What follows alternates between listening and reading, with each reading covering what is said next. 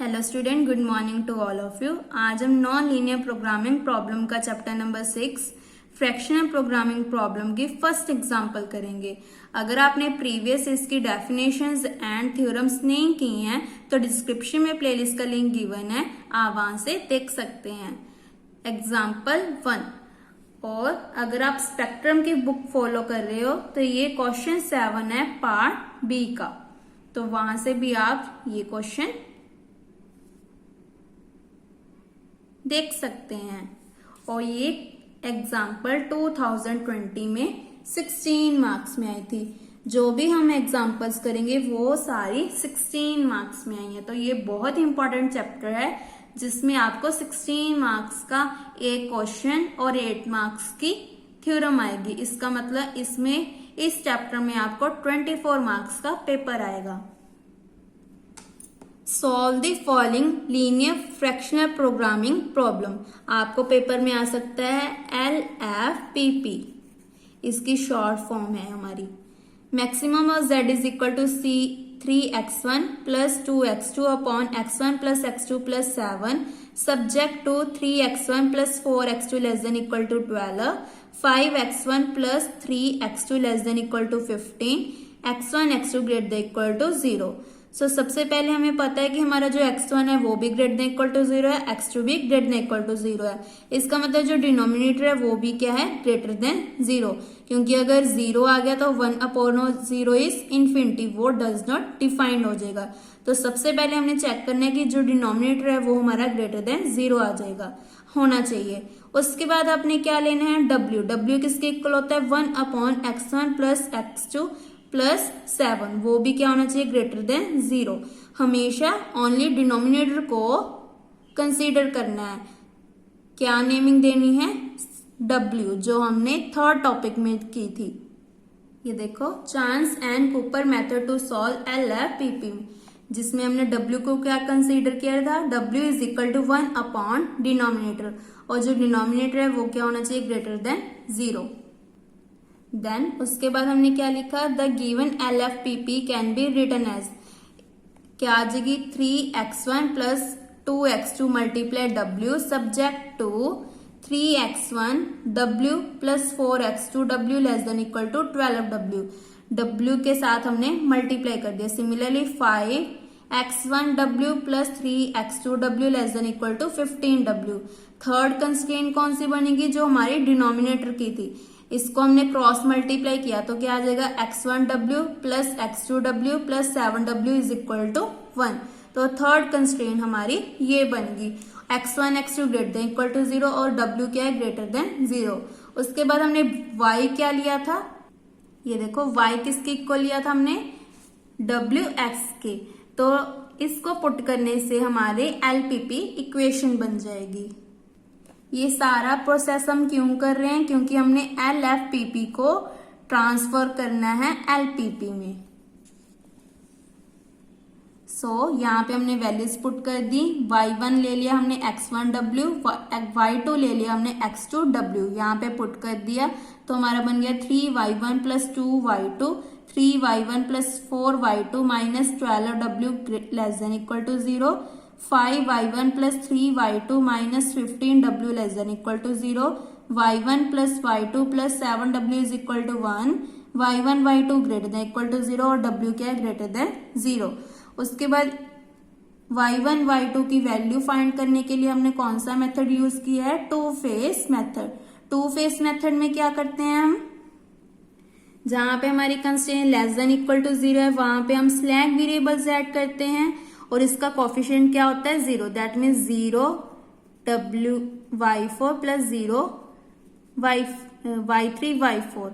उसके बाद जिसमें इक्वल टू होता है वहां पे हम आर्टिफिशियल वेरिएबल ऐड करते हैं, और आर्टिफिशियल वेरिएबल को हम यहाँ पे लिख देते हैं maximum of z star equal to minus y5। यहाँ पे हमेशा ओनली आर्टिफिशियल वेरिएबल आता है, और जहां पे हमारे लेस देन इक्वल टू है वहां पे क्या ऐड किया हमने, स्लैक वेरिएबल्स। लास्ट में हम लिखेंगे y3 y4 हमारे स्लैक वेरिएबल्स हैं और y5 हमारा क्या है, आर्टिफिशियल वेरिएबल, और सारे वेरिएबल्स क्या है, ग्रेटर देन इक्वल टू 0 और w क्या है, ग्रेटर देन 0। नाउ अब हम टेबल बनाते हैं। B C B X B y1 y2 y3 y4 y5 w। और यहाँ पे हमारा क्या होता है, स्लैक और आर्टिफिशियल वेरिएबल। स्लैक वेरिएबल्स का कोफिशिएंट होता है 0 0 और आर्टिफिशियल वेरिएबल का कोफिशिएंट है -1। और इक्वल टू में हमें क्या आगे बना है 0 0 1, जो हमारी इक्वेशंस में है 0 0 1। देन y1 y2 y3 की जगह पुट कर देंगे इनके कोफिशिएंट्स। सो यहाँ पे हमारे आगे coefficients y1 y2 y3 y4 y5 और w के कोफिशिएंट्स। नेक्स्ट सीजे में क्या आता है, बाकी सारे हमारे जीरोस हैं और आर्टिफिशियल वेरिएबल की जगह क्या आएगा -1। मेन टारगेट क्या है कि हमारा जो डेल्टा जे है वो उसको ग्रेटर देन इक्वल टू 0 बनाना है। डेल्टा जे कैसे बनता है, जेड जे माइनस सी जे। जेड जे कैसे बनाते हैं हम,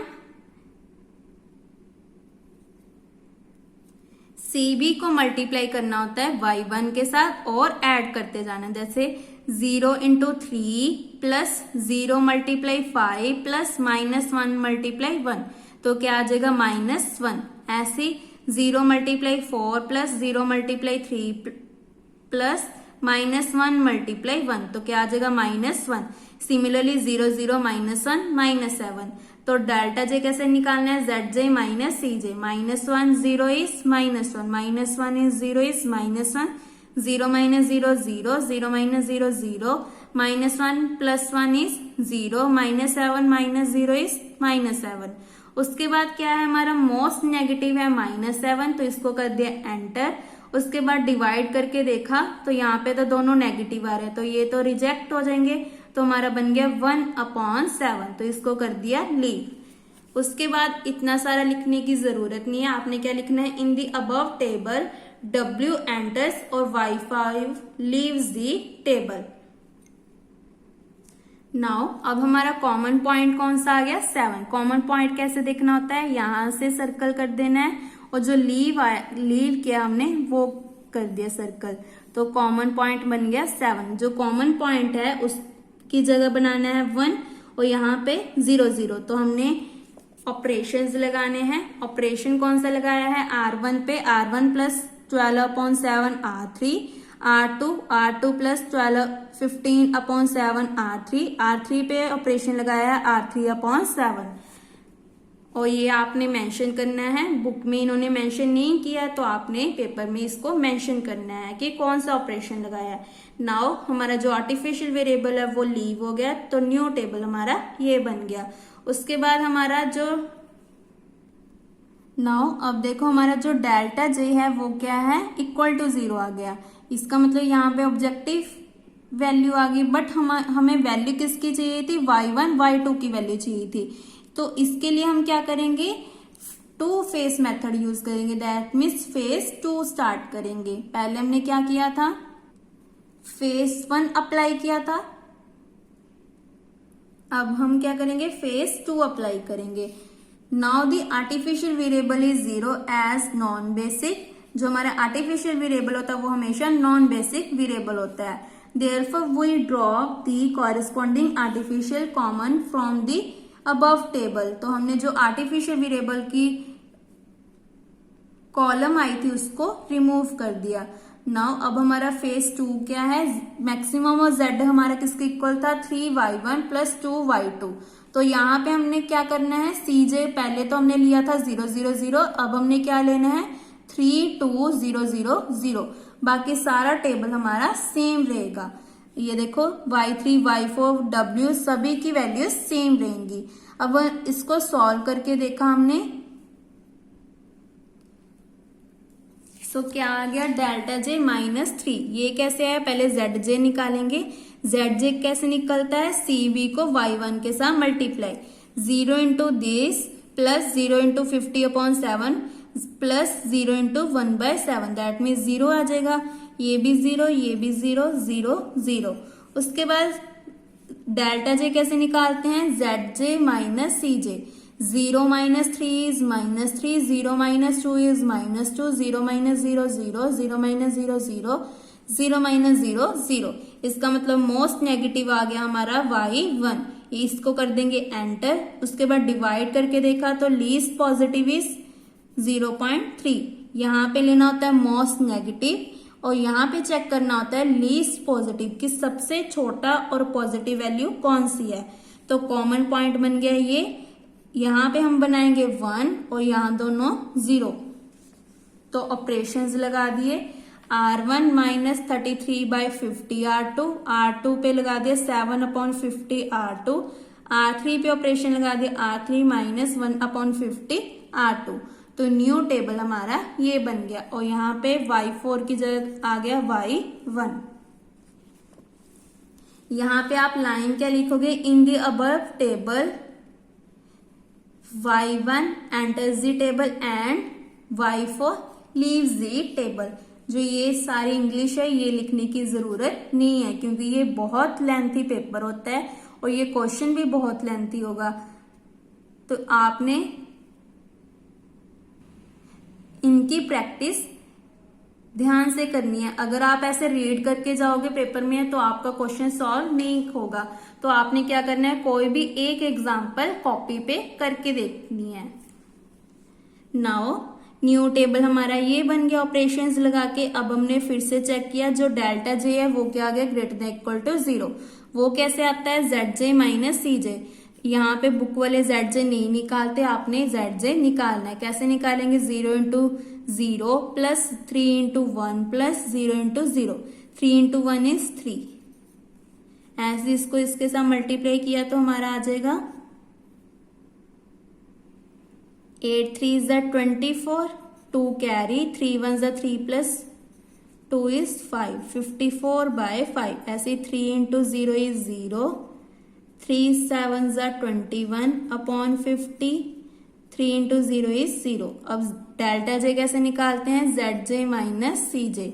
3 minus 3 is 0, 54/25 minus 2 is 4/25, 0 minus 0 0, 21/50 minus 0 is 21/50, 0 minus 0। अब देखो हमारा जो डेल्टा जे है वो क्या आ गया, ग्रेटर देन इक्वल टू 0।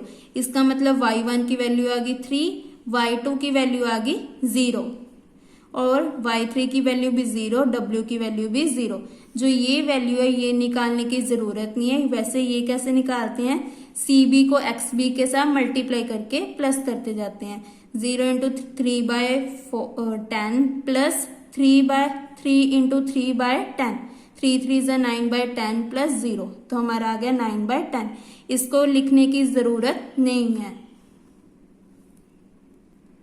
सो हमारा आंसर आ गया, since delta J greater than equal to 0, therefore the